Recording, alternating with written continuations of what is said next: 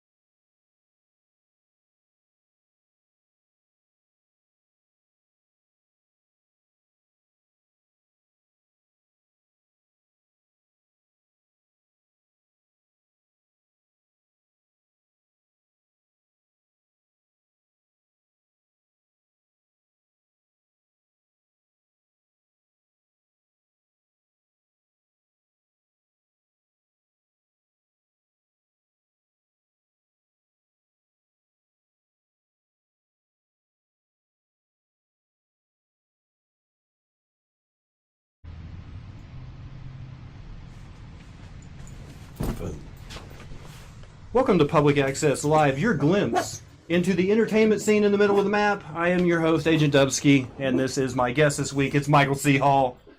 Can you hear me now? Can you hear me now? Michael is actually one of the first people I met. You and Jake and Kate on the front steps of Venue Shrine for the rehearsal to Joan Wright's wedding the night before. Yeah. Party time. That was because I was taking Peter Bidgott's comedy class, and he was like, "Get out there and meet some people." And that was the last thing he taught us was week one. Every other week after that, he just had a pen in his hand and was doing the Lord's work, drawing cartoons. So, I know. I want to, we can't roast. When I say the Lord's work, of course, I mean sex, because everything in America, every innuendo goes back to sex.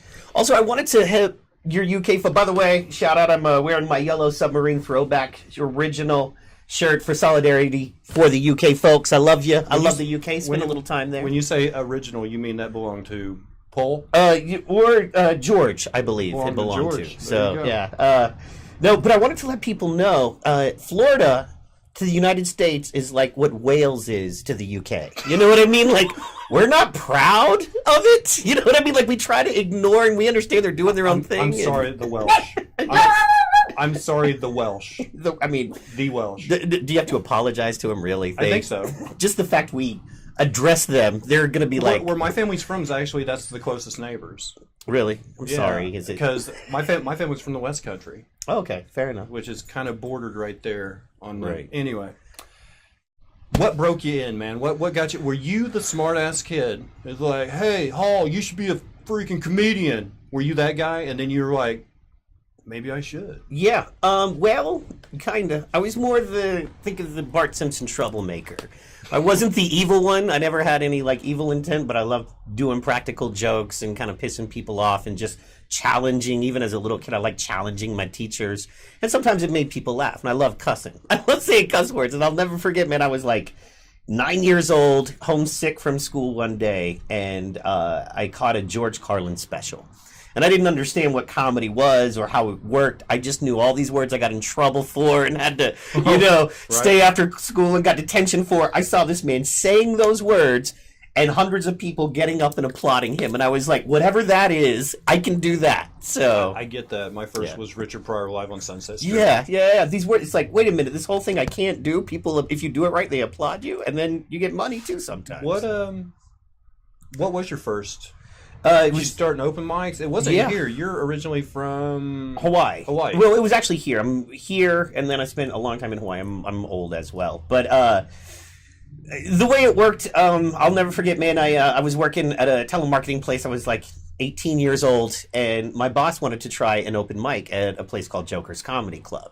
And he was like, man, you're really funny and you talk a lot of smack. He's like, help me write a routine. I was like, sure. So I sat down with him to help him write his routine. And then he was like, let's do a comedy partnership thing. You're funny and you like go a double on act? stage. Yeah, and that's how I started with another guy. Oh, nice. And then he wanted to go like prop comedy with his thing, and he wanted us to be like, and I was like, no, I like stand up. Like Carrot Top and Gallagher? Yeah, like 2 Carrot Top guys or something. I don't know what he wanted, but anyway, I was like, no, I'm not going to do that. And he was like, he started like showing up with designs for boxes that we would pull stuff out of, and he's like, no, that's not going to be me. So he just kind of quit. He just lost the love for it, but I had caught the bug. I'll never forget. It was like a July Sunday afternoon, and you had to go to this club. You couldn't just get up open mic. You had to go to this club and run your 5 minutes in the Sunday afternoon for the local comics that worked there, you know, and the guys at the club, and then they would let you on their Tuesday night open mic. So long story short, I went into this club. It was bright outside, 90 degrees. Good people are, you know, playing whatever they do, washing cars and, you know, having barbecues. And I went into this dark, dank, stink club in the middle of the afternoon. The lyrics from Fresh Prince's Summertime. Yeah. And all that was going on. Yeah. Okay. And I saw this, and I went into this, and it reeked of that old beer like bars do on a Sunday, and it was just funky, and guys, you just chain smoking. This was back when it was still cool to smoke in like clubs. The schmeg mask. Yeah. It smelled like the schmeg mask behind the bar. Yes. And I was like... Great smell. And I was like, I'm home. This is where I want to be on a Sunday afternoon, where everybody else wants to be outside and doing family things and having fun. I want to be in this dark bar with these chain-smoking degenerates drinking my hangover away, trying to find something funny. And I was like, I get it. This is my tribe. I found You were my favorite customer. Yeah. That's... No, I worked at a local restaurant, and literally I loved working Sunday brunch because we would start the day by making pictures of Bloody Marys because we knew who our customer base was on Sunday brunch. Absolutely. You had people getting out of church and people needing that Bloody Mary, needing it bad. Mr. Hall, what is your already with the question? Mr. Hall, what is your favorite practical joke as a child? Thank you so much. Okay, you know, I'm all about efficiency, right? So maximum damage for minimum effort. When I was a kid, for a practical joke, and it's gonna sound a little basic, bitch, but I gotta tell you, can we say basic stuff? But anyway, no. I know you got sponsors, and I don't want to. No, like, I don't. You know, There's a maturity warning on this channel. Oh, okay, rock on. I've had Tom King on here talking about his BDSM experiences. Sure, fair enough. I won't talk about mine. He talked about what he didn't talk about, but later we found out that there's a picture of him floating around wearing a Batman mask and nothing else. Here's the thing about Tom King. I feel like no matter how much you wash him, he's always going to be dirty. He's just that guy. You know, he's from Alabama. I had no idea. Like, it just sprang up out of nowhere. Like, I had him on. I was like, it's Tom King. Yeah. I've done Friday night shows with him. Yeah, I had the TV's News Tom Junkie King. with him. Yeah. Everything was good. And then, like, he's like, well, lately I've really been getting into fetish stuff. And I'm like, wait, what? No, go ahead, talk. But anyway, basically, favorite practical joke was the in school as a middle schooler was the old ceramic wrap over the toilet. Saran wrap over the toilet? Saran wrap over the toilet. You know, you lift the seat, you do it.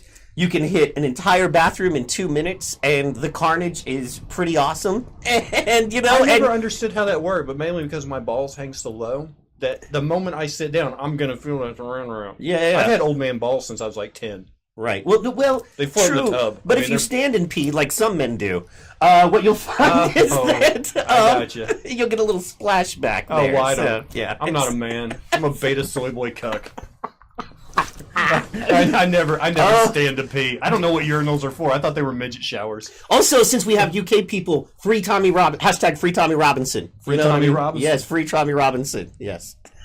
That's going to get controversial, maybe. So don't even get me started. So no, these people have heard me talk about my flat Earth friends, so they're good. I do love the flat Earth theory because I know that whoever I know that comes to me with a flat Earth theory, I keep their name and number in case I'm ever selling any product ever, because I know they'll buy it. You know. Such a dick thing to say. Oh, but true.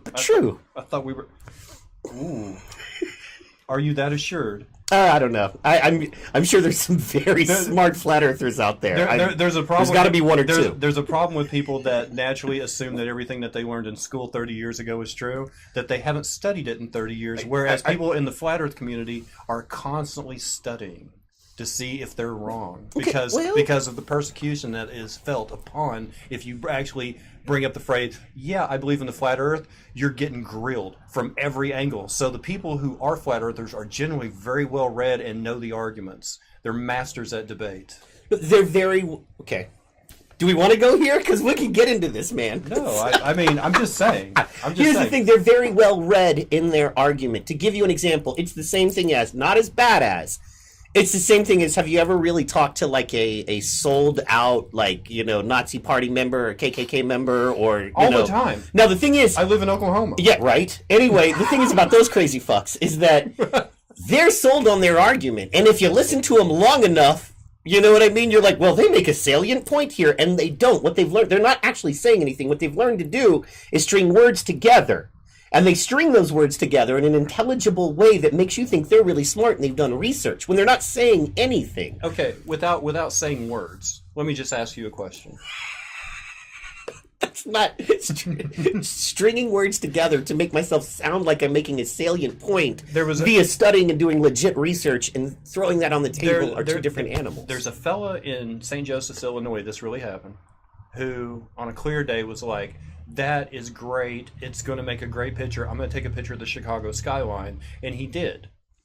And it's gorgeous. Mm-hmm. Clear day from St. Joseph's, Illinois, across Lake Michigan to Chicago. He has the whole skyline in the picture. The problem is it's 62 miles from St. Joseph's, Illinois to Chicago, which means that all those buildings should be 2,400 feet below the curve of the earth. Now, I'm not going to lead you in any particular direction or ask the question that you know's coming. I'm just going to let you think about that. Absolutely. No. Hey, okay. Hey, man. I understand. And yeah. Do you believe there's an Earth? Well, you know, to dig into it, I don't. That's the Logan Paul thing. I'm a little in the... Logan Paul did his Flat Earth movie on Netflix, and at the end of it, he's like, all this is only true if there really is an Earth. And then he walked his way out of it. It's like... Well, you know, now is hashtag no space is the new movement, that there's no such thing as space. Well, if there is, it's a second law of thermodynamics violation. Oh, gosh. Okay.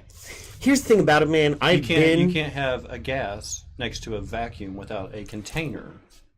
Fair. I'm not disagreeing with that, however. What lasted longer, the basic U-235 isotope Ogle-Tree's wrestling career? What? What's the question? What lasted longer, a U-235 isotope or William Ogletree's wrestling career? Oh, Jesus Christ! Who asked that question? One of my viewers, Laxus. Oh my! That's not anything that I can't even. I will not. Okay, let's get off the politics. Let's go straight to what do you think about Ham Beast? Ham Beast? Ham Beast. Ham Beast. Yes, apparently one of my viewers has a new term for thick women, and he calls them Ham Beasts. Oh, I love it. That's a great term for him. Well, it's got to be the right thick woman, I would think, because some of them maybe not so much ham. A lot of ham, not so much beast, and maybe a lot of beast, not so much ham. But a ham beast, you find the perfect one. I'm all in. Now, literally, this is your chance to participate. For those of you who don't know Michael C. Hall, and apparently there's at least one person in chat that does. Because if he knows Ogletree, he knows us all. Yeah, you're hiding behind your name. That is not anything we... Mike is known for... Would you call it your opener? Yeah, opener. It was, here's the thing about it, man. Tell us about five-word freestyle, and then we're going to have you guys play along. So, hold on. So I was living in Hawaii, and for those of you that don't know... Actually, let me get them started because there's a delay. Give me 5 words. Just type in random words in the chat right now, and he will pick 5 of those words and write a rap about it. Please go on. And freestyle it right here. And freestyle it right here in front of you. Basically, I was the way I was doing it. I was doing a show in Hawaii, and if you know, I mainly work urban rooms, urban crowds is kind of my jam. Giggles. And So I'm it's definitely city kid when it comes to my comedy, Right. and that kind of thing, hip hop styles. And I was doing a show in Hawaii, and it was like a 10, act show, musicians, comedians. There was only one other white guy on, and he was opening, and I was following. And he went up there, and he just tanked, and he tried to do that, hey, I'm an edgy white dude. He was too new in comedy, so he was doing that, I'm an edgy white dude, so I'm going to offend the minorities in the crowd, but because I'm so edgy, and didn't get that you don't do that to do that. If you're going to say something offensive, it better be funny or poignant, and you understand that it's coming back around for a reason. You don't just say stupid, offensive shit because you have a microphone and, hey, look, that's ignorant. Right. Anyway, so he got booed off, and they were unhappy, right? And then it was Michael C. Hall, ladies and gentlemen. So it was like, oh, hey, thanks for warming him up for me, buddy. Yeah, and I had done freestyle rapping. I grew up, definitely not in white majority neighborhoods, and so to keep from getting my ass kicked, I freestyle rapped. The Eminem story. So, that was the way that the dudes would be like, hey, the little white boy can rap. Don't punch him. Make him do a rap for you. So right. I was like, what can I do to get this crowd on my side? Because if I just get up there and go, hey, hashtag white people problems, am I right? Wacky. They're just going to keep booing. They're unhappy. They're angry. So what can I do to get them on my side? I'm like, what do I have? And I was like, I can freestyle. I can rap. And I was like, well, how do I work it in? I'm going to get words from them because they're talking and they're angry and they're, those angry crowds that are back and forth and stuff. I was like, I'm going to get them to focus on me, give me words. And then I'm going to rap to them, and it went up, and then I was like, okay, I have a little thing that separates me from all the other comics. It's my little salt and pepper on the chili. So are you ready to demonstrate this? Yeah. Let me, I'm going to put these words down, because I like to look at them when I go. So okay. What words we got? So far, we have tampon, whiskey, tampon, whiskey, Liverpool, Liverpudlians live in Liverpool. And then Rushing Hook decided to type in 5 words. So he had beef, rump, landing, flaps, and splash. So, and then someone else put in Manchester United. So any of those words that you want to use, any 5 of those words.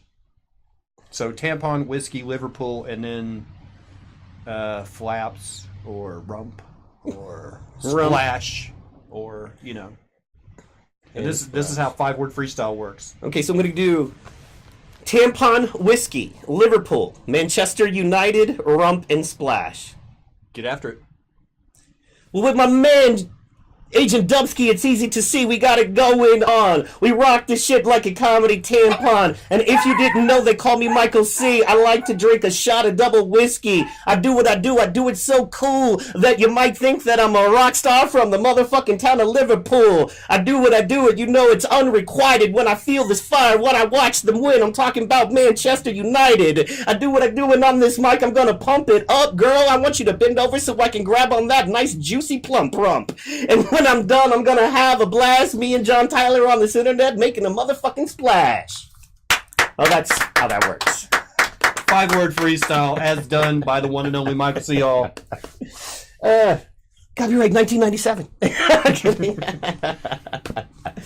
Anyway, I got to make a quick point about the flat earth thing, and then we'll move on. Okay, just one back thing. Okay. All right. Lived in Hawaii. Was lucky enough to go up to, I don't know if you know this, but on the top of the mountains in the middle of the ocean, they have huge, super high-powered telescopes. Yes. And if you know people, if you're lucky enough, every now and again, a couple times a year, they open it up to friends of friends kind of thing.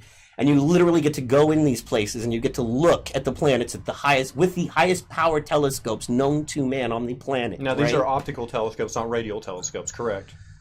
Yes. Okay, that's the problem. You can't call vision into question. Okay, we've got to agree on some sort of solid something before we move on with an argument, right? Because you can't keep moving that goalpost. Well, I'm not moving the goalpost. Well, you're saying our vision isn't a legitimate sense in which we... No. I'm just saying in a debate we define terms, and we're just trying to define those terms first. Fair.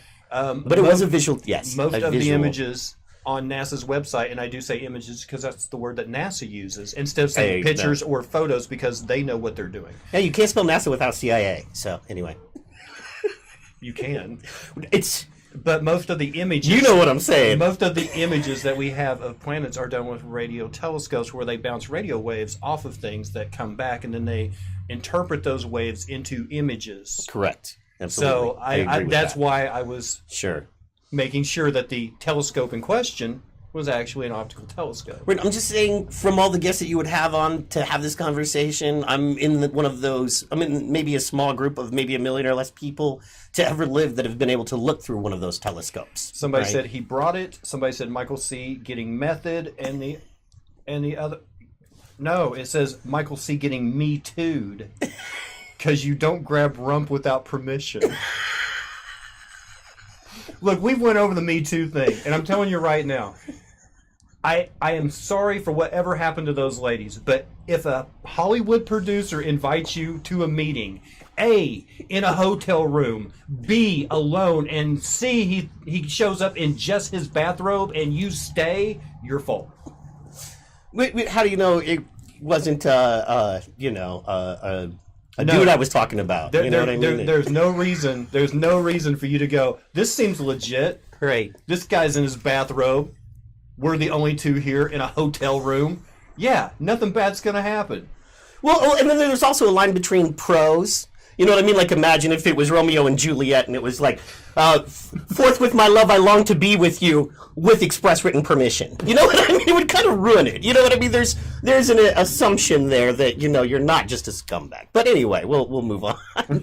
Well, Oklahoma comedians don't have Harvey Weinstein clout. It's true. No, we don't. No power. My following and bank account is substantially smaller than Mr. Weinstein. We'll just go with that. Have you got to live out your comedy dream yet? Have you got to travel? Have you got to move outside of your town, spread out your influence? Have you got to play venues that you wanted to play? Are there still dreams that you have? Oh, yeah. Comedy dreams? Yes, to all of those. Okay. I got to tour with Steve-O. Got to do a Hawaiian Islands tour with Steve-O from Jackass. That was awesome. One of my hugest dreams was to open for Doug Stanhope. Got to do that. Sold out show. That was really awesome. Worked with Whitney Cummings, of course. Worked with Graham Elwood. He makes a lot of news. He's the political vigilante. Okay. Worked with him a dozen times. Wonderful. And so it's wonderful. Every time, man, when you truly love it, every time is a dream come true. We talk about stand-up comedy like heroin. You have a show where there's 6 angry drunks who didn't even come for comedy and you're in a shitty bar. Well, that's not the good heroin, but at least you're getting your fix and you're still addicted and you're still getting a little something. It'll get you to sleep. You know what I mean? Right. It'll keep the shakes off. And then, you have your sold out shows working with your comedy heroes, and that's the good shit. That's right. The woo. But all of it is love. All of it is feeding that beautiful thing that makes you feel right. Like, What brought Mr. Hall to Oklahoma? Thank you for the question. Well, originally from here. Originally from Midwest City, Norman, Oklahoma area. Oh. Then I left for Hawaii for a while via L.A. and did a little time in Dallas as well. Then I came back now going on 5 years ago. Didn't plan on being here that long, but, Oklahoma has a way of, It's one of the weirdest things, man. I've worked in a lot of markets, and other than Chicago, I can't think of one city I wasn't ready to come back here. Like, no matter where I worked, Chicago was hard. Yeah. Chicago was like, I could stay here. But everything else was like, well, and I'm ready to get home. Right. Well, and you get to a point with your family, man. Like, you have, I can be around the world and things are cool, but your family's only going to be around for so long, especially your grand folks and stuff like that. And they're in one place, and they're all gone. Once they're no longer around, man, they're no longer around. So there's I think a point where all of us in our lives get to a point, if we do what we do, where you go, okay, I need to be in a place where I can be close enough to my family. Do you see Tulsa as a? Well, you're kind of an Oklahoma City guy, but do you see there's... But I'm here all the time. There's certain regions in Oklahoma that's kind of like these little oases, like Austin is in Texas, where you might be surrounded by rednecks with shotguns, with rebel flags, but then you get to Austin. And it's this little oasis right in the middle. Do you see parts of Tulsa or Oklahoma City in that same way of surrounded by yeehaws, but there's actually some there's a little bit of culture here, there's a little bit of art here, there's a little bit of good food or whatever. It's not all barbecue. Yeah, which we have good barbecue. Don't get me wrong. If you're coming here, try the barbecue. But the barbecue here is sauce. Sauce makes the barbecue. You go to Texas, it's the meat. You put barbecue sauce on the table, they're like, "What are you trying to cover up?" Yeah, what are you ashamed of, boy? Yeah, exactly. But a good sauce is key to me, though. I'm a sauce guy. We're not going to go there yet. Food porn at the end. I know. Food porn at the end. My fault. I brought up. So, when you do have time away from comedy. I was just going to say real fast, Oasis yes, Tulsa is wonderful. If you get here, I love the East Village. There's a bar in the East Village that does a coffee/alcohol combo kind of cocktails thing they do. It's really good. And the East Village is just cool. You feel like you're in New York for a second. Norman, Oklahoma feels a lot like kind of a mini Portland, you know? Okay. It's where the college is. So, you know, OU town. So you've got a lot of international folks and, you know, live music 5 nights a week. And, you know, it's just groovy. So there's a couple little places right across from the stadium.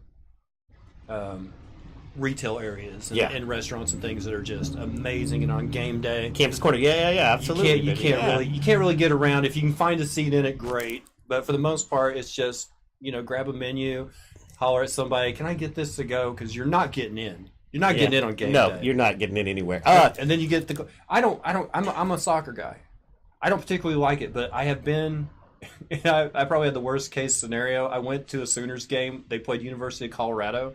And I was wearing nothing but Colorado Buffaloes gear, sitting in the OU student section because a friend of mine had friends there that got his tickets. And we get there, and it's an awesome experience. I mean, it's like you see in almost movies where like the cheerleaders are out in front of the stadium before the game doing pep assemblies, and the students are getting behind it, and people are arriving, and it's this party atmosphere. And that's not the parking lot. That's not the tailgating. That's just around the stadium. Yeah. And then we got inside, and this guy behind us, it was 3 generations of Sooners fan. It was like a young child, his father, and then the father's father. It was like 3 generations behind us. And we sat down, and he kind of looked over at me.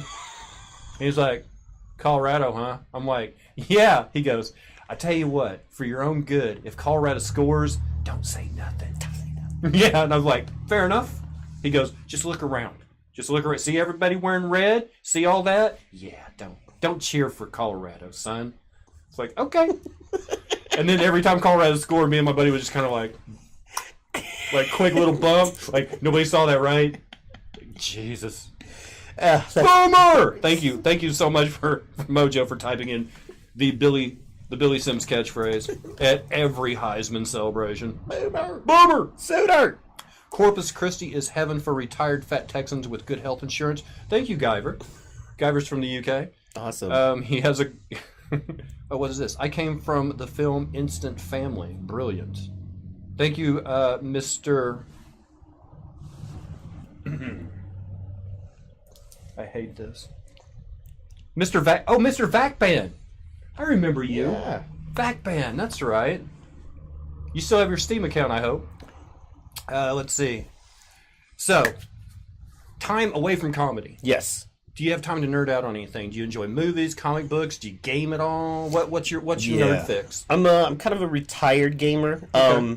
Just because I am a mad addict gamer to the point of I've had women literally take my, this is back in PlayStation 3 days, but I've had them take my PlayStation 3 and rip it out of the house kind of thing, because once I get into a game, I'll lose a job. I won't sleep. I'm a 24-hour guy. So problem is I started doing that before you could make money at it. Right. So I didn't realize. I know. There was no streaming or competitions or contests. I'm like, no, if I was 15 years younger, dude, I'd totally be one of those dudes. I was into esports 15 years ago when it didn't pay. And back when Madden was... Dude, were you one of... I was telling a friend of mine this the other day. Original I was Call of Duty, Counter-Strike 1.6, and Soldiers of Fortune 2.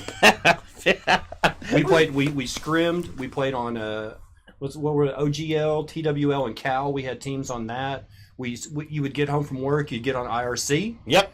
Find scrims. Yeah. You would find scrims. You would scrim all night long to your TWL or your Cal match. You would play your match, and then you'd scrim for the rest of the night. Scrim. Just type it in. You just constant practice. I was Command and Conquer. Was mine same thing. Oh, you know what I mean? Just Command and Conquer and build and destroy and build and destroy and build. And then Sims when they linked up. So I love Metal Gear Solid. I'll still pop in my Metal Gear Solid 5 video game every now and again just to, take over somebody's outpost base or, just for fun if I have a couple hours to kill.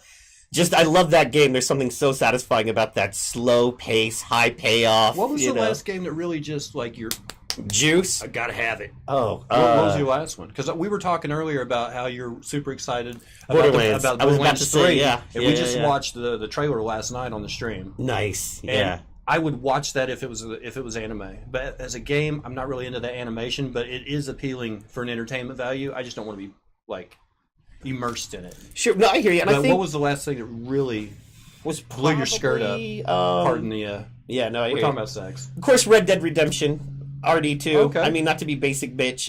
No. It's one of those, actually, I played it at a friend's house because I knew if I got it, I mean, I'm currently in a, I'm writing a lot. I'm developing a couple of projects, you know, not to break it too much down, but career-wise right now, I'm doing a lot of stuff behind, you know, I did comedy for almost 10 years, stand-up. You know what I mean? I've done a lot of stuff, and I love it. But there's a point, and you get to a certain age where you're like, okay, I got this. This is in my pocket. You know what I mean? I know how to shoot this gun. I know this is in my pocket. So what do I want to do to maybe further my career or whatever? So right now I'm writing a lot. I'm working. I'm doing a lot of production. I have a couple of other comedians that have serious credits that I'm going to be working with to help them produce shows and stuff like that. So can't get too deep into it, but a lot of exciting stuff. Could you coming. produce a comedy video game?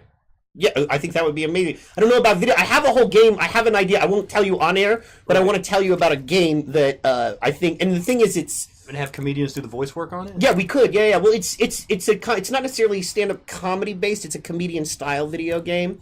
But I'll tell you about it, and there might be something like it out there. I just don't know about yet. Right. So, but doing a lot of behind the scenes stuff, I have to basically sit down at my desk, open my laptop, and be very disciplined. And I have to write, and I have to create worlds and create characters, and I have to be on the phone for 3 hours working with people to try to come up with content ideas and stuff right now. So if I get into the video game, you know, I'll turn my phone off and just be crushing. So, you know, that's why. But I am excited about Borderlands, though. I'm gonna have to probably take a couple days and do that. But RD2 I played and loved, and I was like, I ended up doing a 6-hour night. Went to my friend's house at like 8, and he was like, check this out. And 6 hours later, I was like, I have to go home. You know what I mean? I have to go home. Steam has a comedy video game. Well, I have, you know, there is a game, and a community I'm kind of part of. Let's see, there was 2 streamers, Lunar Summers and Simply Side. They were playing a game called Super Seducer. And basically, it's a game that has this creepy looking, they call him Creepy Jesus, but to me, he looks like a Geico caveman.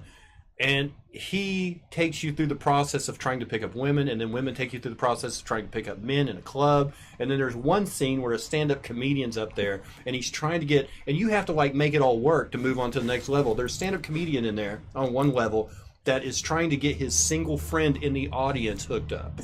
Nice. Only his material is so bad. Like, I was sitting there thinking, you know, not too many people have seen this game. We'll see what he has to say, you know. And then I've listened to his material. I was like, ugh. Whoa! Yeah, no, don't be my wingman ever. Never forget what they say. Dying is easy, comedy is hard, and that's I've played in bands. I know you play too. I'm not a great player, but I've played a little guitar, bass here and there. I've done, of course, acting, writing, stand up, improv. I got to tell you, of all of those, stand up comedy is by far the hardest. Technically, as far as the what do you call it, the challenge level, it is by far the hardest. But it's also the best because if you're in a band, I can tell you this from experience. Everybody wants to be there for the Friday and Saturday night gig. Nobody wants to be there for Monday and Tuesday rehearsal. True. That's how bands work, right? So as a stand-up comedian, you get to be your own director, your own producer, your own writer, and you get to be the talent. You get to do it all. You get to set it up, everything. Yep. And there's no one to drag you back. There's no one to depend on. There's no one not making rehearsal. It's all you. Yeah, you're not worried about the drummer being too coked out during break to come back and play the second half of this set, and all of a sudden the bar owner's pissed off because there's 200 people in the club on a Saturday and they're all mad and you don't have a drummer. And right. Or the lead singer's trying to get a BJ before the last set. It's like, just wait till the show's over. Yeah, that's every lead singer. Just wait till the show's over, for crying out loud. If you're a lead singer and you're not trying to get a BJ before the last set, you're doing it wrong. So many stories right. that I had to bury.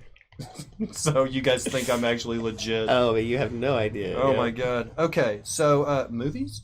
Oh, Did you ever have time to go to the cinema? I do. I'm a Netflix movie guy. I binge. Okay. Here's the thing. I love podcasts. Believe it or not, I listen to a lot. It's almost... I'm one of those guys that podcasts has pretty much replaced almost all other media besides TV. There's a couple of TV shows I watch because I enjoy them. Like maybe 3 a week. Commercial TV? Yeah. Really? It's a box that people used to put in their home. Oh, I know. But and you couldn't type on it, but it put programming, moving pictures into your living. I found out just how spoiled that Amazon Prime and Netflix just made me when it got to the Super Bowl, and I'm like, what? Another commercial? What the hell? I know. I love. My girls liked the Despicable Me stuff when they were little. And one of the movies, Minion, was coming on. We saw the ad during the Super Bowl or something we were watching on television. It's like, hey, look, that's coming on. And the girls are like, it has commercials in it. It'll constantly be getting interrupted. And I was like, when I was a kid, I used to be jazzed to see one of my favorite movies come on television. But now it's like, meh. Yeah, on TV, no. If it's coming on TV and you want to see it, you just record it so you can fast forward through the commercials. Is how you DVR it, right? No, but anyway, I want to shout out to some podcasts. If people are looking, are asking. Definitely. There's one, they could use the love. They're almost at 10,000 subscribers, and I love kind of being on the ground level. It's called Revenge of the Cis. They're two kind of dark, right-wing leaning. They roast all right-wing, left-wing. They roast everyone. But if you like people to roast the people in politics nowadays, and you want to hear two guys just be dark and do that, and they're out of Florida. Shout out to Royce and Mersh. So anyway, Revenge of the Cis, I love them. They're a daily. Of course, the Joe Rogan podcast is SIS or CIS? CIS. They're cisgender, Revenge of the Cisgender Male. Yeah. Okay, got it. ROTC Media is, I think they're YouTube. Of course, Joe Rogan podcast is just, it's the gold standard. I mean, he figured out how to do it right, and I enjoy his cast, man, a lot. I listen to Steven Crowder. I highly recommend people check out Crowder. He's one of the few guys on the right-leaning side that is actually being funny and producing a high-quality, funny, late-night style talk show, you know what I mean, with skits and that kind of thing, but is clearly a right-leaning guy, and I just like that. And then, of course, Jimmy Dore for news, I like him. Tim Black TV, Tim Black at Night TV, for, the other side of news and kind of the other side. So try to listen to everyone and kind of come down on my own, idea. Politics is kind of like my hobby in a way. It's that and MMA. I right now I nerd out over MMA. I wrote for MMA Hawaii, the magazine, UFC, all that. I love that stuff. So you were right there whenever Connor casually announced his retirement the day before he's brought up on sexual misconduct charges in Ireland. Just kind of, hey, just a quick thought, everybody. I'm retired. Okay, thanks. Go back to your lives. But I can't. Like, what the hell? I'm going to reserve judgment on him, man, because I don't care what he does. I think people are going to, now that he has that. Remember, he's and you guys know better than I do, but he came from the Irish ghettos. They have nothing. He's one of those guys. He's a hero to a nation, right? And when that man becomes a multi-millionaire with his proper 12 whiskey, he's going to get paid off every time anyone ever watches a UFC that he ever fought in for the rest of his life. He's trying to become now an investor in the UFC. Of course, people are going to come out of the woodwork and espouse and accuse him of things because they want a piece of that change. I was more upset that he casually retired. Yeah. Oh. Like, hey, just a quick word, everybody, on my Twitter account. I'm retiring. All right, go back to your lives. I'm fucking retiring. You don't want the heat anymore. Nothing to see here. I'm just retiring. End of. It was like, whoa, no, give me something. You're young. You're in your prime. You got hands of stone. Come on. What are you doing? Do you think anybody really thinks he's retiring, though? I mean, come on. He's not. He's not. I don't think for a second he's actually retiring. So I think he's not going to retire until he gets the rest of his tats done. I still saw some bare skin on him the last fight, and I'm like, he's not retiring. I think his tattoo artist has got to be charging him everything right now. I personally think he's got. I think he's got that whiskey money. He does exactly. Proper 12 money, man. He doesn't need to do anything ever for the rest of his life. I honestly think he's got a bee in his bonnet about Khabib. I think the way him and Khabib went down, and I think that is something that I think that if he comes out of retire, I think. Well, no, and just the fact that he got dominated, and I mean, he just got beat up in that fight, and I think that. So you thought? I don't think he's going to go out. I don't think that Conor's going to be okay with going out as that was his last performance in the ring, in the octagon. So you thought him and Nate's fight was even? No. I didn't think it was even, but I've never seen anybody handle him the way Khabib handled him. I've never seen Khabib fight like that. He got into Khabib, Khabib didn't realize it was fun money talk, and Khabib took all that shit seriously. You know what I mean? To where they're in the ring, and you see him, and if you watch that fight back, and he's got him in the crank, it's like, talk shit now, bam, talk shit now, bam, and he's hitting him saying that, Khabib is saying that. And if you look at the break around 2, Conor looks at him, and he's got a fearness, he's like, it's just business. And Khabib goes, I guess it is. You know what I mean? So you understand, I think that, Conor was like, I kind of took this fight lightly, and I think that he's going to want that back. I think if that opportunity comes back around, he'll take that. Mojo and Kiki says, I think he is done. Khabib took the fight out of him. You know, I don't necessarily disagree. The only one he was willing to come back and fight was Cowboy Cerrone, who's, you know, a perennial, you know, but Don challenger, been but around not since. Yeah. Well, he's got the most wins and the most fights in the UFC ever. So yeah. Cowboy's been fighting since Couture had a belt. Right. Yeah. So he was willing to take that fight. And he was maybe willing to take the Diaz boy again. But other than that, and you're right, I think it might have taken the fight out of him. He is going to do the Diaz trilogy, fight Khabib, and then leave. No, I can see that. That's what I see. That's speculation. Right. You have no proof. And there was no question mark at the end of that, so we can't accept it. I'm sorry. So sorry. Oh, yeah. Vatrix, thank you so much for subscribing to the channel. Mr. V, hope you and the wife are having a good evening tonight. No more dad jokes, I promise. It's all adult stuff from here out, so make sure the baby's in bed. I told him a joke. They were, oh, I've got a new joke. Him and his wife were doing a stream earlier, and they played the same, or Vatrix plays one of the games I play. And he's in, I believe, Northern Ireland or Ireland. I'm not sure, Vatrix. I'm trying to guess the accent. It doesn't sound Cork, but it doesn't necessarily sound Northern Irish either. So, anyway, I threw him a great joke about two hamsters who are set in an oven, and the one says to the other one, is it getting hot in here? And the other one goes, holy shit, you can talk? And Vatrix, I saw visibly, even though the picture of him in the screen is only this big, I visibly saw his eyes roll. But his wife apparently liked it. So. Nice. Irish, but live in the north. Okay, fair enough. Thank you so much. I love your face, man. I do. Thank you so much for the sub. I get you back. I get you back. Can I ask a question to you and the UK and even American viewers who might want to ring in on it? But just I'm not get the your one being interviewed here. No, go on. Go on. So defensive. What do you have to hide? I'm a flat earther. You kidding me? Right, exactly. I'm constantly thinking somebody's going to hit me. But go on. Go on. Yeah. You're speaking unpopular opinion nowadays on the internet. It's like being in an abusive relationship, right? They only keep you around so they can abuse you more. That's the reason they don't block you or move on with their life. No, Brexit. What do my UK... Because, you know, the one thing we love to do in America is talk about people and talk about topics and not talk to the people that's directly affected by it that might have the best point of reference on it. So I would love to see what y'all think. I'm not speaking for the UK, but I would say Brexit was a result in the same way that Trump made president. People were so tired of more of the same that they would rather take a chance on the unknown than have another day of more of the same. That's what got Trump elected, and I believe that's what got Brexit passed. Even though they're dragging their feet, and even the people that are part of the Leave are like, if it's going to happen, just do it. Quit dragging it out, because, I mean, they're not moving forward at all. But that's my view on it. If I'm wrong, you know, I concede. I don't... much love back to the game. Beck's shit. Oh, thank you, Boopsy. I guess that means you weren't for it? Not for Brexit. Food. Yes. We almost broke into some barbecue earlier. What's your... Are you Adventure Guy? Oh, yeah. Are you like... Well, I mean, Hawaii, so spam for breakfast. I went to the Culinary Arts Institute of Maui for a brief period of time. I also interned under Chef Paul Revol, if you know who that is. Revol. Yes. Who used to have a restaurant in Maui, no longer, and that was a very short-lived time in my life where I was exploring something for about 4 or 5 months. Was like, I'm not cut out to do this. This is not my skill set. I love to eat food, but I'm not a chef.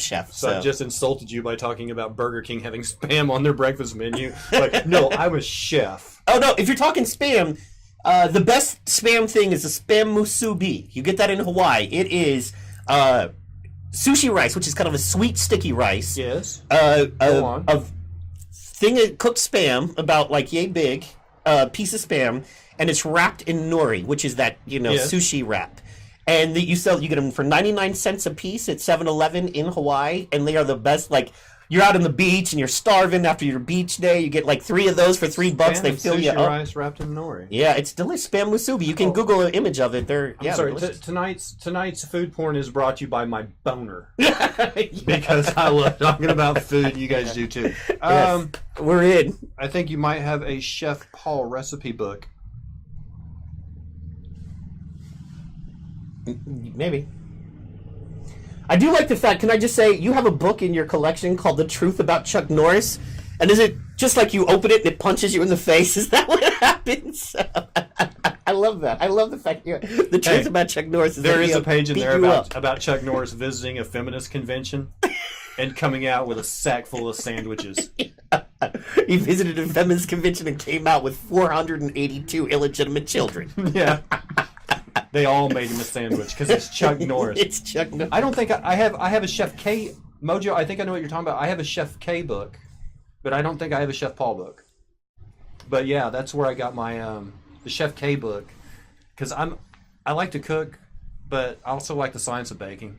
Yeah, you know, because baking I never could. It's so cooking exact. is a pinch of this and a touch of this. I like it because cooking is but jazz and baking is classical. Right? So. Baking is basically it's all science. It's you have to have a certain amount of this and this to get this effect. So, yeah, but there's a book in there. It has like I used to make this white chocolate and honey tort. So good. I'm a dessert guy. Honey tort, yeah, no, desserts are awesome. You know, hey, look, man, I never met a chocolate lava cake I didn't like. You know, it's amazing. But what's your style like? Indian food? Do you like the love flavor Indian food? Thai? Love Thai. So are you a hot spicy guy or a hot spicy guy? Like you like it where it like burns your tongue, or like wasabi where it like opens your nostrils? Yeah, love the Which wasabi. one is it? I'm more of a wasabi guy, I think. But then in Oklahoma, you work with so many.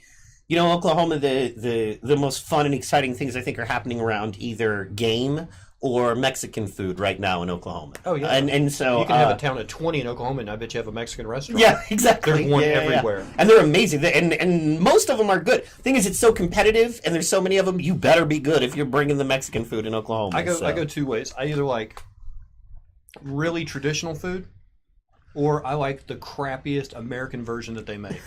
Well, like fusion, like Asian Mexican fusion is crazy good. You know, well, here's the thing about it. Like to give an example. So if you go, people think all Mexican food is just beans, rice, beef, chicken, veggies, right, and cilantro. But Mexico is coastal as well. There are coasts in Mexico, and so when you do a Mexican fish flavor, you do that lemon and that bright citrusy stuff, and you put that in a sushi with maybe some heartier, heavier, maybe crab topping, or you know what I mean, that kind of thing with some sweet rice, and they offset each other. That kind of thing can be amazing, but it's tricky. All fusion is tricky, but good stuff. I love that. All right, I'm going to frame this question just a little bit. It's Mr. Hall. If you wanted to impress someone, what would you make? But I'm going to frame it like this. Mr. Hall, if there was someone special in your life who you would actually, I've got someone coming over. I'm hiding the PlayStation. I don't want them knowing that part about me. I don't want them to know I'm addicted to video games. I'm putting away the laptop. They'll never see my browser history. I'm actually washing the couch. Everything. Right. What's the meal you make for them? Okay. It's love. So say it's like, okay, so my my FFL famous fuck list, everyone has that one, no matter who you're with. There's that famous person that if you ever got the chance, you'd be able to hook up. Mine is Kristen Bell. My own reasons, don't judge me. Don't judge me. I like Kristen Bell. Anyways. So Kristen Bell's coming over. It's not working out with her and my man. The producer feels me. You know what I mean? Because here's the thing. She's like that perfect mom. She's gonna make sure your house is clean. She's gonna make sure your jeans are so pressed. You're not even picking up for her. You know what I mean? Have her come over and do it. Yeah. No. I'm gonna cook. Oh. But I'm saying this is if you have her in a relationship. But she's also gonna be a freak-a-leak in the bed. She's gonna be a freaky deek in the bed. She makes millions of dollars. America's sweetheart. You better tie this into food. Oh yeah, because Kristen Bell is the only meal I really ever want. No, what I'm saying is I tied it in. The only problem with Kristen Bell's ass is that I'm not eating Rocky Road ice cream out of it right now. You know what I mean? But anyway, let me just tell you the meal I would make if she's coming over.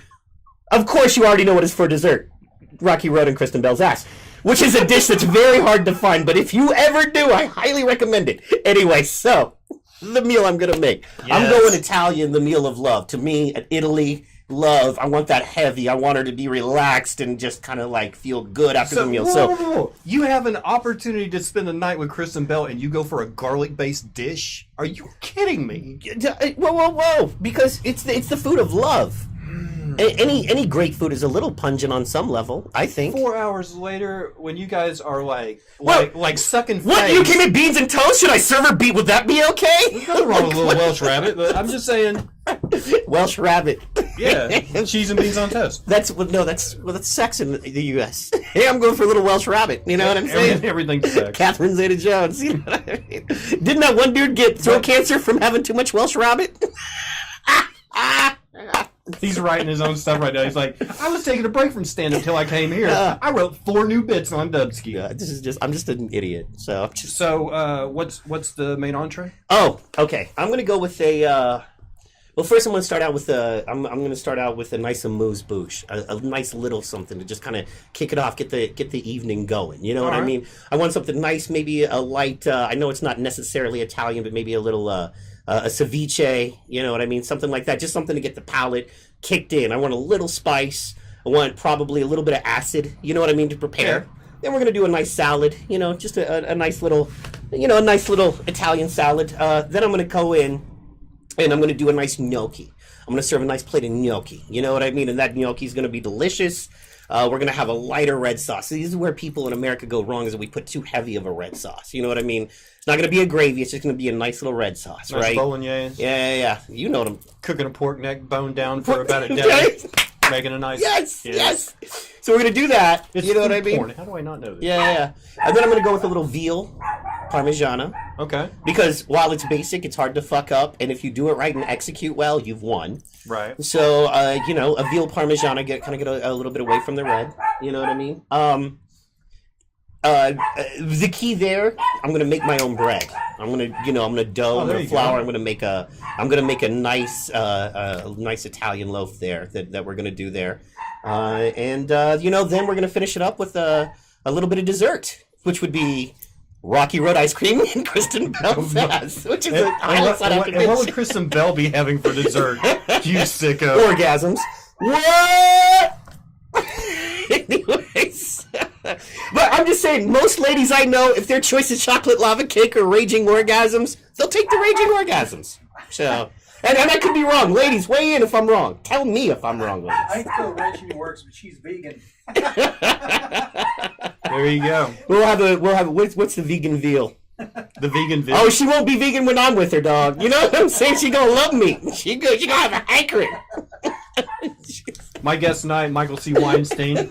Stop that. He'll be appearing in his bathrobe later, and then we'll discuss this back in my trousers. Let's see. Eating ass doesn't always lead to orgasms. Well, you're doing it wrong. You're doing it wrong, and again, no question mark at the end of that, so we can't accept it. Sorry. So that was like the best case food scenario. Yeah. Daily. Yeah, just your daily.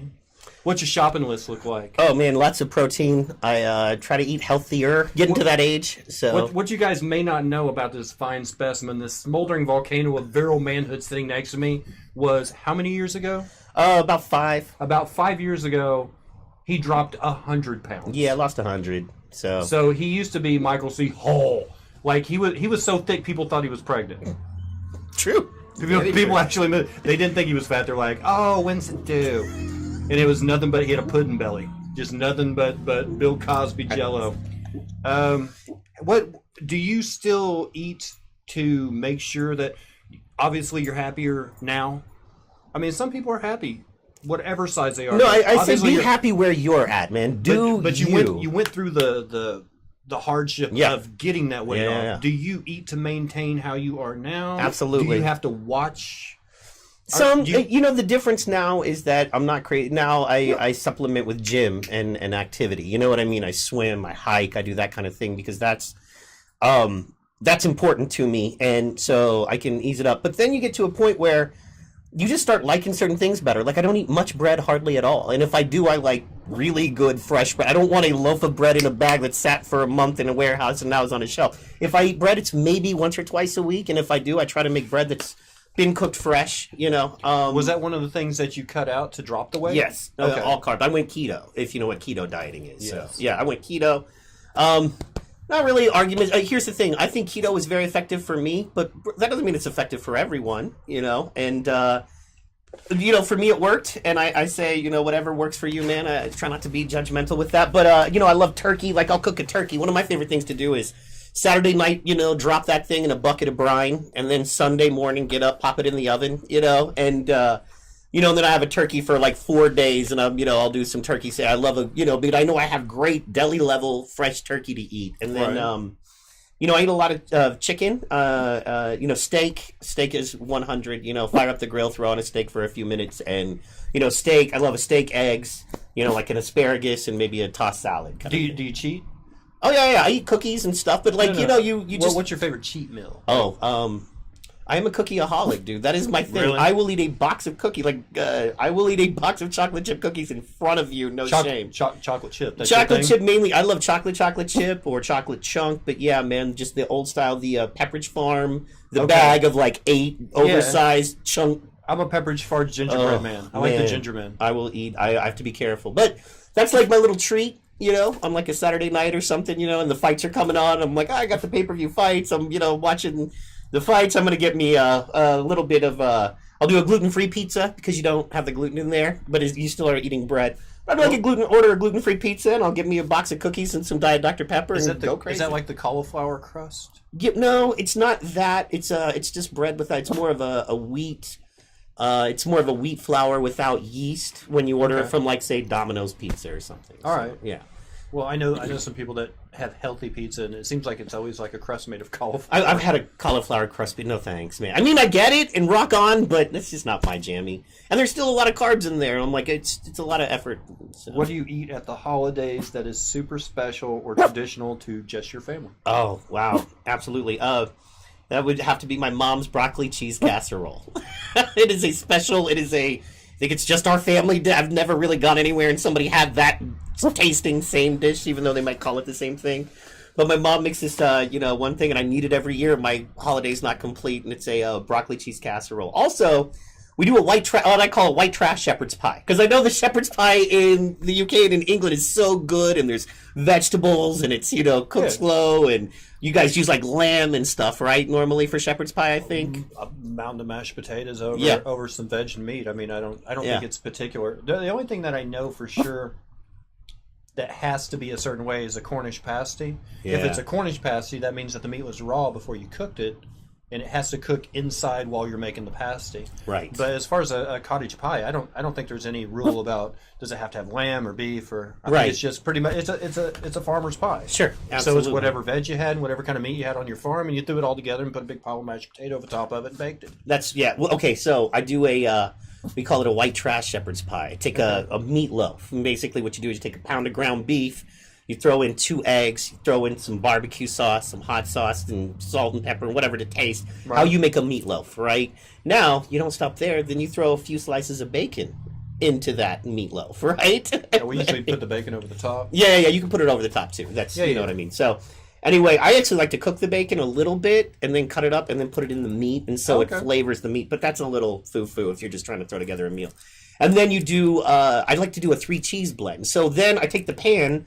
3 cheese blend on the bottom. You know what I mean? You're talking. I like a little bit of pepper jack, Colby jack, sharp cheddar. So put that on the bottom. Then you put a layer of mashed potatoes. Then the meatloaf. Then a layer of mashed potatoes on the top. Then the 3 cheese blend, and you bake that, and that's the meatloaf, cheese, mashed potato shepherd's pie. Anybody who is not heading to the grocery store right now to get that on their shopping list, you are a fool. It's good. Oh my god. I mean, you'll need some insulin after, but If you guys want to, because I know at least 2 or 3 people are like, that's so fucking gross. If you type in !Discord and you get, you can join the conversation on my Discord channel. Go ahead, if you do make this weekend, put pictures up. Take a picture of it, put it up on the Discord. I want to see how many people try this because I'm already just. I'm probably going to have to watch this back and get that because I was distracted, but I'm going to have to go back and... Well, if you think of it, it's got all the flavors of a bacon cheeseburger without the bread, if you will, with a little bit of more seasoned and flavored meat. So you can't go wrong with the actual base flavors. You know what I mean? And then it's how you spice it and cook it. See, I'm a gyro fanatic, but they don't do it right here. No, they don't. But yeah, no. Everybody gyros are has that wonderful. cylinder of pressed meat that they shave off the side of. There was a guy in Baltimore, and this is no lie. He would make 2 spits a day. After his work day was done, they would make 2 spits, and basically it was marinated beef and lamb, thinly shaved from the day before. And he would stack it, 1 layer of beef, 1 layer of lamb, 1 layer of beef, 1 layer of lamb, and shave it, and then stack on top. And he would make 2 spits. And by the end of the next lunch day, when all that meat was gone, they closed. And he would make 2 more spits for the next day. But that's all he made. He was open like from 11 till the food ran out, which is like 1 or 2 in the afternoon. They don't do that here. No, well, barbecue they do. If you ever get down to Oklahoma City area, call me if they're open because they're hardly open. In Del City, Oklahoma, crappy suburb, and I can say that because I grew up in that area. But poor little suburb. But there's a place called JT's Pit Barbecue, and the dude, he has like however many racks, whatever he's doing that day, and he is open till they are gone. And he opens at like 11 a.m. and usually is closed by 2. And if you're not there by 9 in line, or you haven't ordered your stuff, like 2 days before, you don't get food. It's just like that. Well, that's how so that guy in Austin is. Yeah. Aaron Franklin. Yeah. Aaron Franklin's place is, we open at 10:30 and we're open until the food runs out. I got to judge a barbecue up in Skiatook. I got to judge a local barbecue contest. It was heaven. Like, was it? Yeah, I don't do comedy. I do comedy so I get piles of free barbecue. You know what I mean? We'll work for barbecue. Absolutely. Well, keep your chicken money. And, so, keep your money. A friend of mine's in that. Shout out to my man Adam, KCB, Kansas City Barbecue Association guy. So yeah. Is there anything you make that you're a little ashamed about because it's too weird? Oh, yeah, well, ghetto. I do a thing. My boy Damon Detroit, very funny comedian at OKC. Shout out. He has a joke about it, but we call it pizza toast. And I love making, like, if I'm going hood and like I'm poor, I'm making pizza toast. Okay, what you do? You get you that 99-cent. Oh, I think it's self-explanatory. Yeah, 99-cent jar of Prego white bread and whatever cheese you got in the house. Put it on a cookie tin. Throw it in the oven. You pull it out, it's pizza toast. It's amazing. It's a great snack. Is there a food that you would love to learn how to make? Oh, yeah. I would love to learn how to make sushi, but that's a lifelong pursuit. You see how this goes, right? Yeah. Like, we talked about comedy, 2 questions. We talked about nerding out, a couple more questions. We've been talking about food. I love it. I would love to go on the sushi lifelong pursuit, but I don't think I have that. But then I would also love to do desserts, like you were saying. I would love to know how to do it. Like, I couldn't do an amazing tiramisu right now. That's awesome. I can make one, but it ain't. I don't have that skill set where I could. I'd love to do like that. I'd love to be able to just buy all the ingredients and from scratch make an amazing like strawberry chocolate lava cake or something. I'd love to be able to do that. Desserts are not my thing. I'd love to learn those better. The sushi thing, I'm good as long as it doesn't have. I don't care for avocado. Right. It's not. It's a flavor that I like by itself, but I don't like it mixed in with other things that I eat. Sure. And just about every California roll or any place that I go that has sushi with real wasabi, which is not real wasabi. Yeah, it's horseradish with green food coloring, basically here. But any place I've went, it's like they always use avocado or some large something in the sushi roll for filler. So they don't have to use expensive products. We'll just put some more avocado in it. And then it's just totally... And my first sushi experience was terrible anyway, because I went to this place, Fuji. Yeah. Oh, yeah. Your first sushi experience was in Oklahoma. Yes. I'm sorry. Yes. Okay, that's... No. It was the company I was with. We're a landlocked state, though. I'd never been before. Yeah. So we sit down, they bring out a little dish of soy sauce and this green clump that's there, and I'm like, hey, what's that? And the person I'm with, like... That's a palate cleanser. What you do is you take that clump, you put it in your mouth, and you swallow it, and that'll cleanse your palate so when the sushi comes out, it tastes better.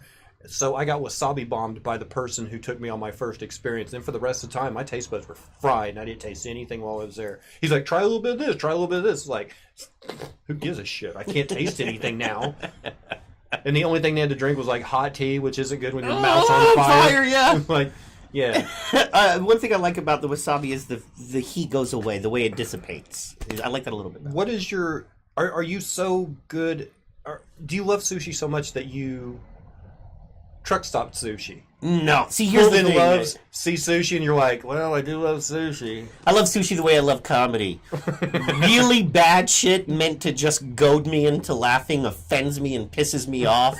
Really good shit I'm in awe of, and I'm just thankful that I'm able to take it in on some level, right? So, yeah. What is your mac and cheese like?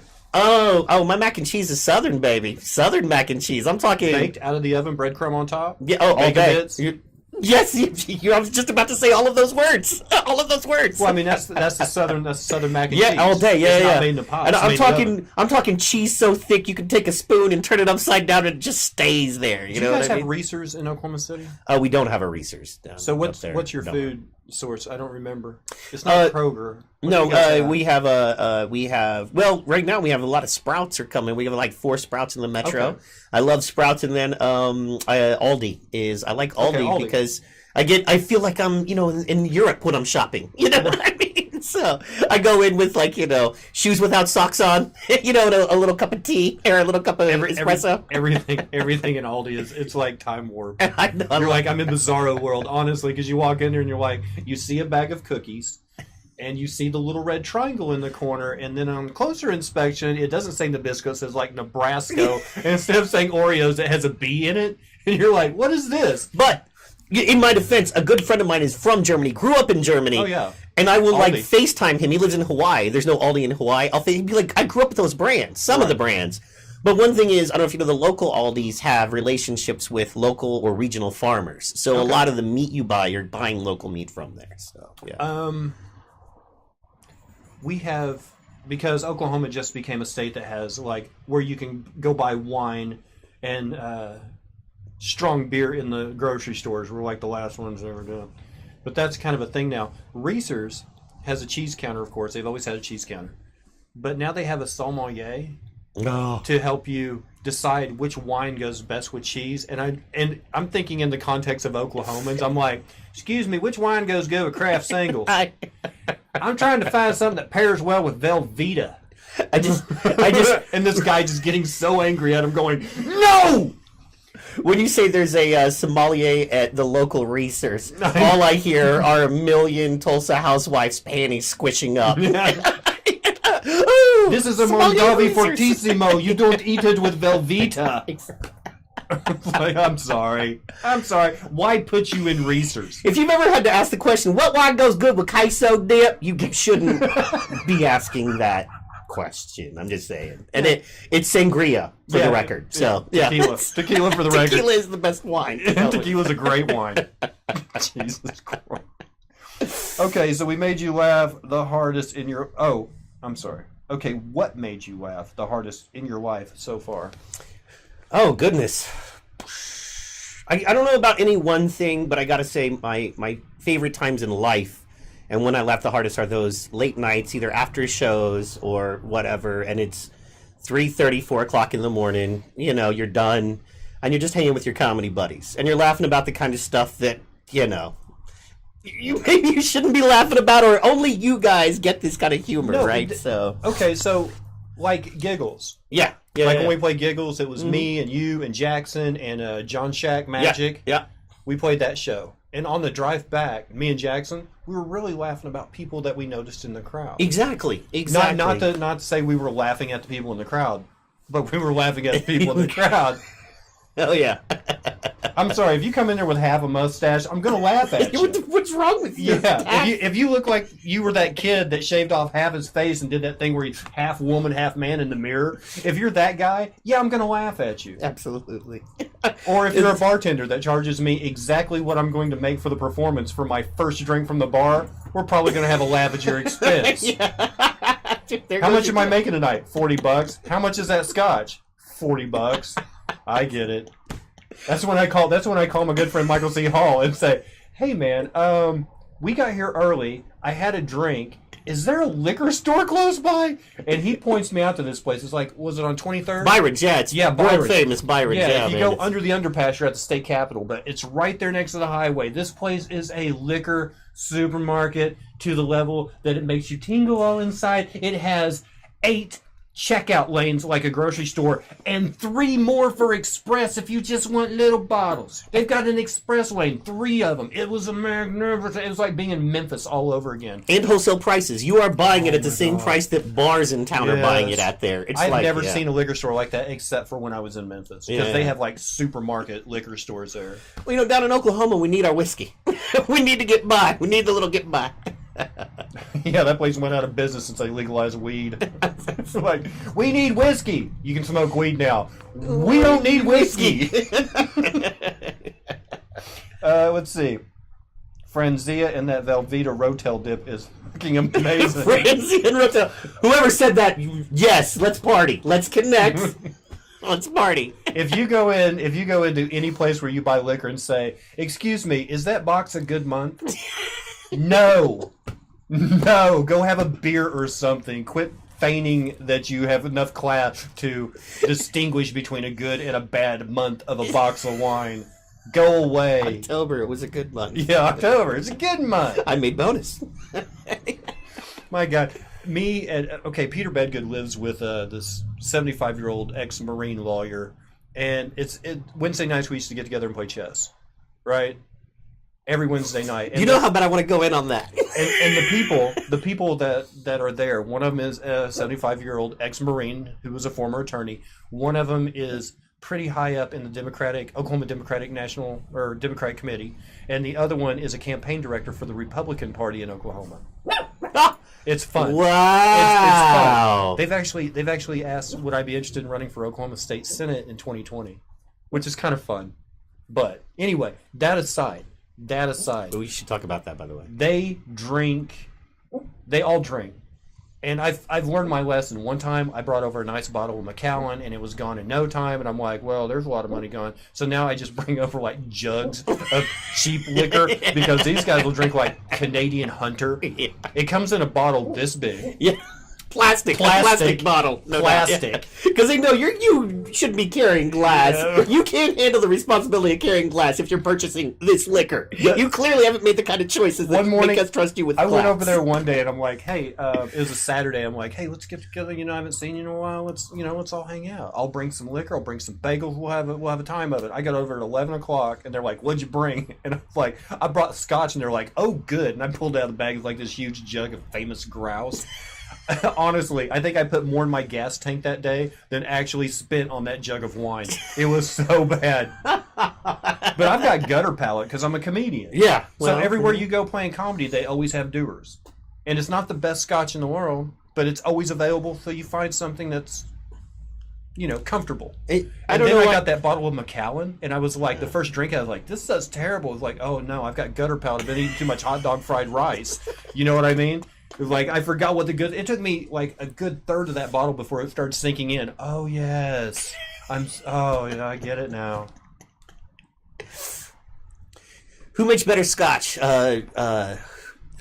People, because there's Irish scotch and Scottish scotch, right? No. Oh no, it's Irish whiskey. Yeah, scotch is made in Scottish Scotland. scotch is only. Yeah. Oh yeah, but how come so much of it comes from Canada though? They say Canadian scotch is you can buy that cheap Canadian scotch. At the I think liquor that's store. a contradiction in terms. Yeah, to be well, honest. yeah, no, I understand, but I'm just saying It's like calling Crown Royal bourbon. yeah, well, but it is It's a bourbon. It's a blended whiskey. Yes. Okay. Fair enough. Yeah. And you have blended scotches and you have single Single malts, malts. but the Oh, single yeah, malts sure. are generally Yeah. Only from Scotch. made in Who does Scotland. whiskey better, Ireland or Scotland?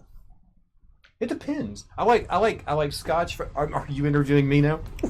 I like Scotch. All right, I want to say this about you before we continue on. You, Agent Dubsky, are like, and I'll tell you this: you play video games, you do stand-up, you have done Gold Dome stuff, which I don't know if people here know about or you want them knowing about, but it's okay. People know I'm a I mean, congressman. that's amazing. Like, that's a craft. You know what I mean? You're Right. talking about running for Congress. You are like the 687th most interesting man in the world, bro. You know what I mean? Like, easily top 1,000. You know what I mean? So.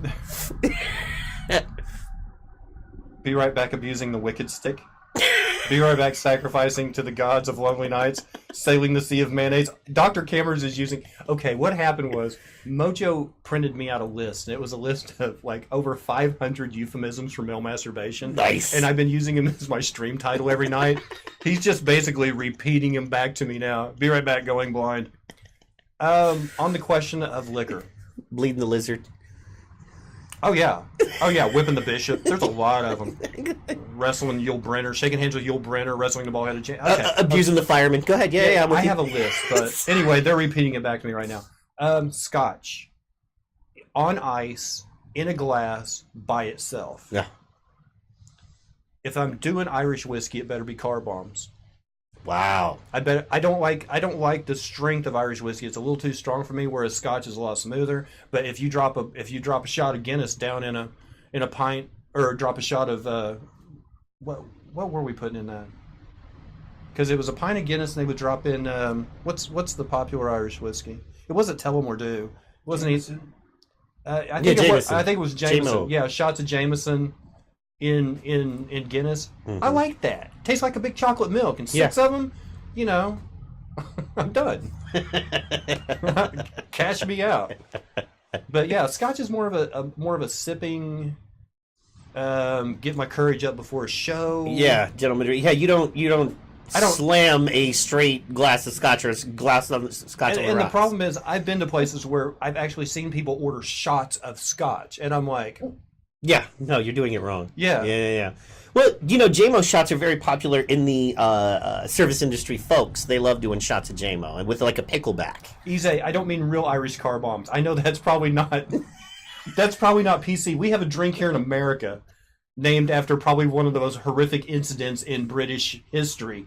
We named a drink after it. They called it Irish car bombs. It's like a flaming Dr. Pepper. They take a pint of Guinness, which we don't pour Guinness right here, and it's not right because we only use one kind of gas on the taps, and apparently in Ireland they use two different kinds of gas to pump the. So they fill up a pint with Guinness, and then you take a shot of Irish whiskey, and you drop it in there, and you chug the whole thing. And we call it Irish car bombs, which probably isn't that funny in Ireland as it is here, I guess. It'd be like if the British invented a drink called Clan Rally. It's kind of that level of probably insensitivity. And we apologize. Or if the Weinsteins made a drink called Panty Dropper, it would not be something that would be good. That's what I'm saying. We apologize. We're rude. We're vulgar. We're dumb fat Americans. Yes, we absolutely. End of story. The ugly Americans. Oh my god. The Weinstein panty dropper. There's going to be a bar, a truly tasteless bar that's going to have that on the menu. Hey, you want a Weinstein? A what? What is Mr. Hall's drink of choice? When I'm sipping, I usually do a double Jaeger straight. You like Jaeger? Yeah, actually, in Hawaii, at a place called Bar 7 in Honolulu, Hawaii, there's a drink named after me. It's called the Micaholic, like an alcoholic, because, well, right. How you doing? It is Jaeger Coke with a splash of lemon, with a little of lemon in it. So, yeah. And now, I'll have one of those when I'm there, but normally, because I don't like to get too hammered anymore, you know what I mean, until the night is said and done, so... Give me a double shot of Jaeger and I'll sip that. So laxative, that is the worst. Laxative, that's the worst joke I've ever seen. But because we are on a roll right now with bad jokes, laxative. I made an offensive drink called the Martin Luther King. You take 4 shots and fall off your balcony. Well done, sir. Well done, sir. I bow to you, sir. That's horrible. And we're all laughing. We're all laughing at it, but that's horrible. Oh my god. You need to go down to Reconciliation Park right now. Apparently I dated Martin Luther King because I've been with people that have taken 4 shots and... All right, sorry. Anyway, go ahead. Alcohol. Wise. I don't know what you're referring to otherwise because I want plausible deniability when this comes out. All right, rock and roll. Now is the point. Now that we've got you warmed up. Now that you're really interested in where this guy's performing next. Now that he's lured you in with his charm and his charisma. Who would want more of this high quality? well thought out. Plug away, sir. What do you got coming up? Okay, well, as far as stand-up gigs go, it's kind of open right now. I usually work a lot. Want to send a very big shout-out. Of course, I got to my man Dave Short. Right. Dave Short is a good friend of mine, and, I try to work with him on stuff, projects and stuff, and check with Punchlines Pro to find out when I'll be back at the Looney Saloon here locally. Like I said, right now, man, I've kind of taken a back seat. Yeah, I'm production and maybe some management, writing, that kind of thing I'm working on right now. What I did want to plug, I know this is a little silly or whatever, what I did want to talk about real fast, because I know this affects the gamer community in a serious way, if we can kind of take a quick turn, and I deal with it myself, and I just want to shout out, if you deal with depression, if you deal with PTSD, if you deal with that stuff, man, suicidal thoughts or whatever, get help. I know a lot of gamers say that they can, have serious feelings of depression. I think it was up to 46% when I looked, say that they've had serious depression or felt seriously depressed at times. And it's because you're smarter than most people, and you know that, and you can take more in, and it can be hard, and you can feel alone, especially, you're there in your room, and the world on the internet is great, and you're great. Then you have to log off and deal with these awful, yucky flesh bags that are humans, right? And it can feel hard, man, and you can feel alone, and you can feel like there is no light at the end of the tunnel, and you can feel like it's fucking hopeless, and I understand more than you'll know, but I want to let you know that there's something inside of you. There's a little something inside of you, and you don't know why even maybe sometimes, but it just tells you to keep fucking going. Just don't stop breathing and living. And I want to say get help, man. Seek help. And I want to let you know that it is important. And I know for dudes it can be hard, and we can be made fun of or called not men when we deal with this stuff. And nothing further from the truth. And there's nothing stronger than seeking help to be the best person you can for your friends, your family, your community, even if it's your gaming community, by being here, because we need you now more than ever, man. We need you. So I just want to encourage everyone out there. What I want to plug is mental health for my gaming community and my internet podcaster folks, because we're a great group of people, and we are this awesome little side note. And then the other thing, real fast, my birthday is next week.